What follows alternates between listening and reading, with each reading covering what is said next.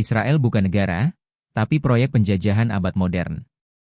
Sejak awal kelahirannya pada 1948, Israel sudah berdiri di atas kebohongan. Deklarasi kemerdekaan mereka hanyalah hasil rekayasa politik kolonial Barat. Israel sering disebut sebagai sebuah negara.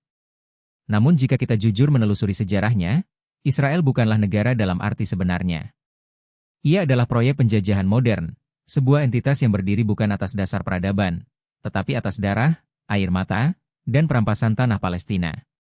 Bayangkan, tanah yang selama berabad-abad dihuni oleh bangsa Palestina, tiba-tiba diklaim sebagai milik kaum pendatang yang datang dari Eropa, Rusia, dan Amerika. Sejak awal kelahirannya pada 1948, Israel sudah berdiri di atas kebohongan. Deklarasi kemerdekaan mereka hanyalah hasil rekayasa politik kolonial Barat. Inggris dengan licik menandatangani Deklarasi Balfour 1917, menjanjikan tanah Palestina kepada Yahudi Eropa, padahal tanah itu bukan miliknya. Inilah penipuan sejarah terbesar abad ke-20 yang terus berlanjut hingga hari ini. Tidak ada negara lain di dunia ini yang berdiri dengan cara sebrutal Israel. Mereka mengusir jutaan rakyat Palestina dari rumah mereka, menghancurkan desa-desa, lalu menamakan tanah rampasan itu sebagai negara Israel. Apa bedanya dengan perampok yang masuk rumah orang, mengusir pemilik sah, lalu mengklaim bahwa rumah itu miliknya? Bedanya hanya satu, Israel dilindungi kekuatan militer dan politik Barat. Proyek penjajahan ini bukan hanya menjarah tanah, tetapi juga identitas. Israel berusaha menghapus Palestina dari peta, seolah-olah bangsa itu tidak pernah ada. Mereka membakar perpustakaan, menghancurkan arsip sejarah, dan mengganti nama-nama kota dengan bahasa Ibrani. Tapi sejarah tidak bisa dihapus.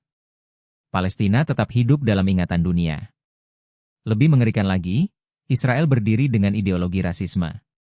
Mereka menganggap diri sebagai bangsa pilihan Tuhan, sementara bangsa lain hanya kelas 2. Inilah akar kezaliman mereka, merasa sah merampas, merasa halal menindas, merasa benar membunuh. Bukankah inilah wajah kolonialisme paling telanjang yang seharusnya sudah lama punah di abad modern? Lihatlah Gaza hari ini. Di balik klaim demokrasi yang mereka banggakan, Israel menutup rapat jalur kehidupan 2 juta lebih manusia. Mereka hidup di penjara terbuka terbesar di dunia, tanpa akses bebas ke dunia luar, tanpa air bersih yang layak, tanpa listrik yang memadai. Apakah ini wajah sebuah negara? Atau wajah rezim apartheid yang bahkan lebih buruk dari Afrika Selatan dulu? Ironinya, banyak negara besar menutup mata. Amerika Serikat, Eropa, bahkan beberapa penguasa Arab berdiam diri, seakan buta terhadap penderitaan Palestina.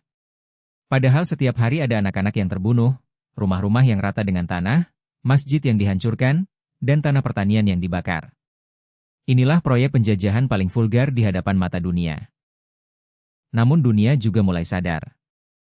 Ribuan aktivis dari berbagai bangsa, agama, dan latar belakang kini bersuara, Free Palestine. Mereka tahu bahwa ini bukan sekadar isu agama, tapi isu kemanusiaan. Penjajahan Israel adalah luka kolektif bagi umat manusia. Tidak perlu menjadi Muslim untuk membela Palestina, cukup menjadi manusia yang punya hati nurani. Israel bukanlah entitas yang lahir dari perjuangan rakyat, tapi hasil manipulasi kolonial. Tidak ada legitimasi sejarah, budaya, maupun moral bagi mereka. Karena itu, mereka terus menjaga eksistensi dengan teror, senjata, dan propaganda. Jika benar mereka negara yang sah, mengapa rakyat Palestina yang asli masih harus terusir dari tanahnya? Muslim di seluruh dunia punya kewajiban moral dan iman untuk peduli. Al-Quran mengingatkan kita tentang kezaliman dan pentingnya melawan penindasan. Rasulullah bersabda bahwa umat ini seperti satu tubuh. Jika satu bagian sakit maka seluruh tubuh ikut merasakan sakit.